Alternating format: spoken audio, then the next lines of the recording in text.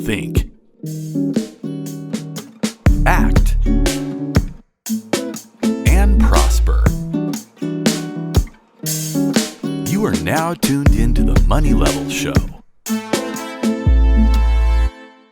And today I want to talk about a very important topic. And this topic is retirement and the retirement crisis. So I haven't really addressed this much, but I do have an upcoming interview with Casey Jackson, who is a professional in motivational interviewing. And we talk about this crisis and we talk about this situation that's coming down the line. However, I want to talk to you all before I release that interview about what the problem is, what we're seeing, and what can we do about it, right? So there's two components to this. One component is there is a pension crisis. And a lot of this is a lot of states are actually underfunded in pensions. I'm actually going to leave a link in the description below where you can look at your state and see where they are with their pension funding. And a lot of states are underfunded. And some states are actually canceling pensions on people that have worked their entire lives to receive a pension. Many people have went into the field of teaching or some other type of government job, and they got a letter in the mail after retirement saying that they were no longer going to receive their pension. And this is very frustrating, especially for someone who has dedicated their whole life to building this retirement and looking forward to that pension and the state or the government being able to pitch in towards that retirement.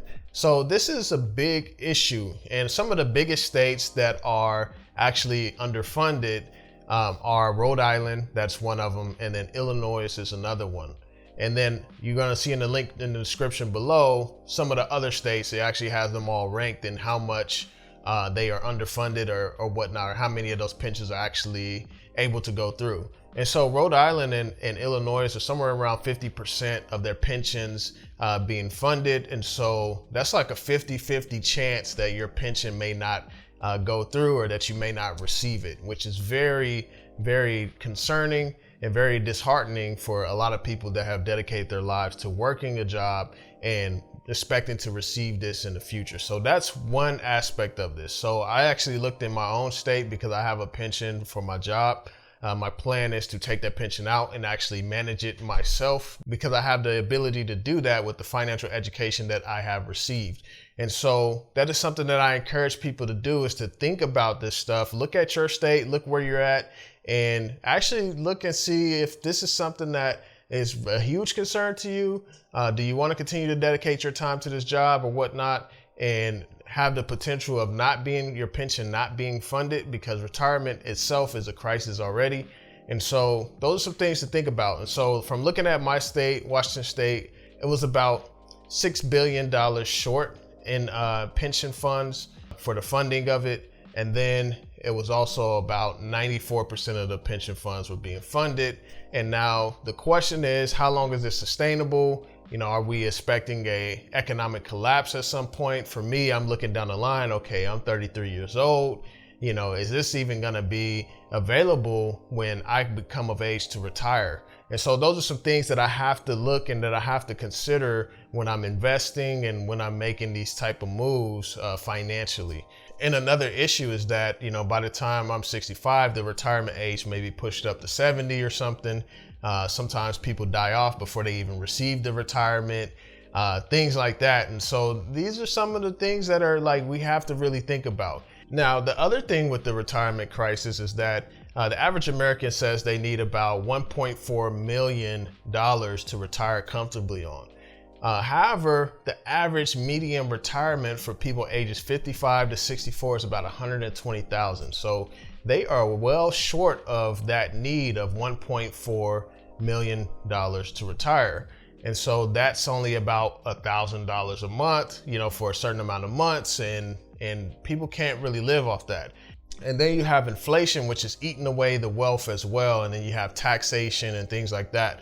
So these are some of the things that are very concerning. I mean, and even the people under that category have about 82,000 all the way down to my age is an average of about 12,000. And so this is very concerning, just thinking about how many people have this dream of retiring, have this dream of the American dream, and people not being able to realistically do that at the rate that they are saving compared to inflation and compared to just moves in the market. And so this is something that you really want to pay attention to.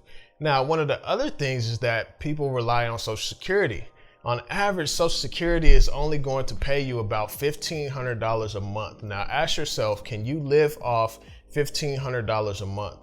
And on top of that, Social Security is actually underfunded. Our government is liable for about $160 trillion in these promises that we have promised to the baby boomer generation and other generations, and we can't really fund those. And so we're already 30 trillion in debt on balance sheet now, but we're on the hook for 160 trillion. And so these are some things that we really have to look at and things that we really have to consider going forward. Now, there was also some recent news of baby boomers and Generation X actually allocating some of their portfolio to cryptocurrencies because they're trying to make up for the shortfalls that they have in retirement. And so these are some of the things that people are doing.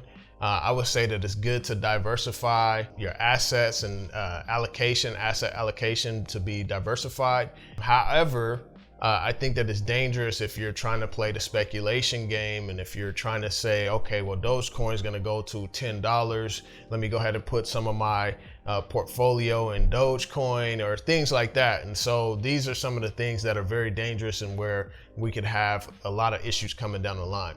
And one of the bigger issues is that the baby boomer generation is the biggest generation that is currently alive. Now, this generation, people were having like 5 to 10 kids. And so now you look at it, you look at our mortality versus fertility rate outside of COVID, it's actually way less than it was during the baby boomer generation.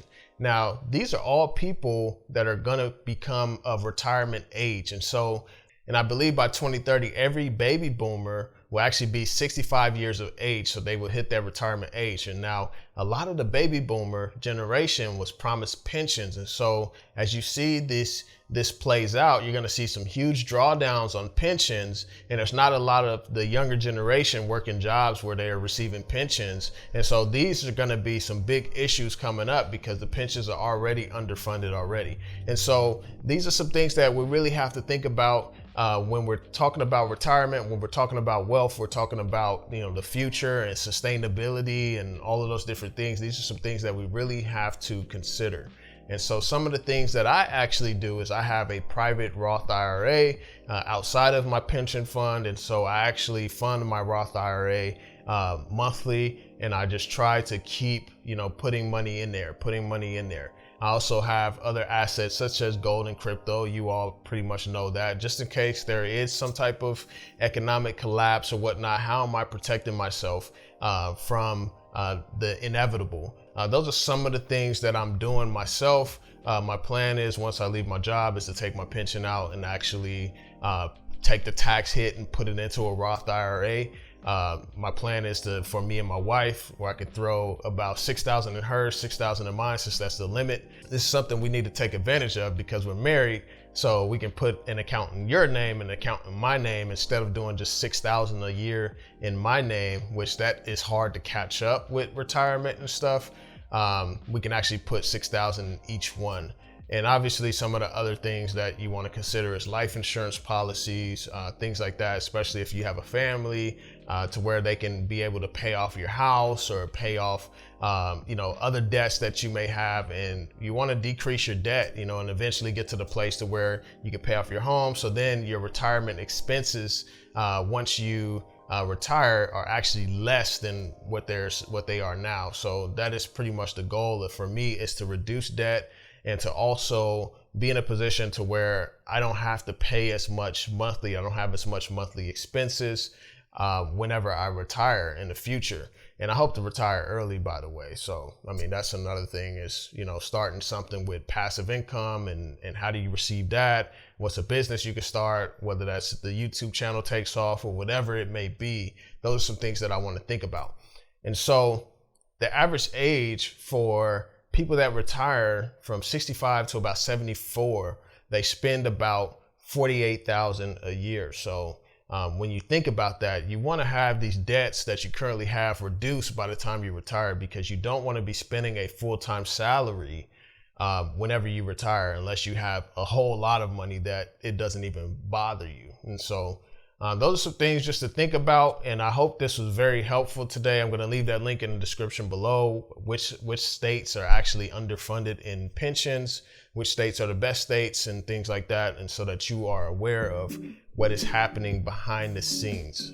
So I want to thank you all for joining the Money Level Show today, and you all have a blessed day. Peace.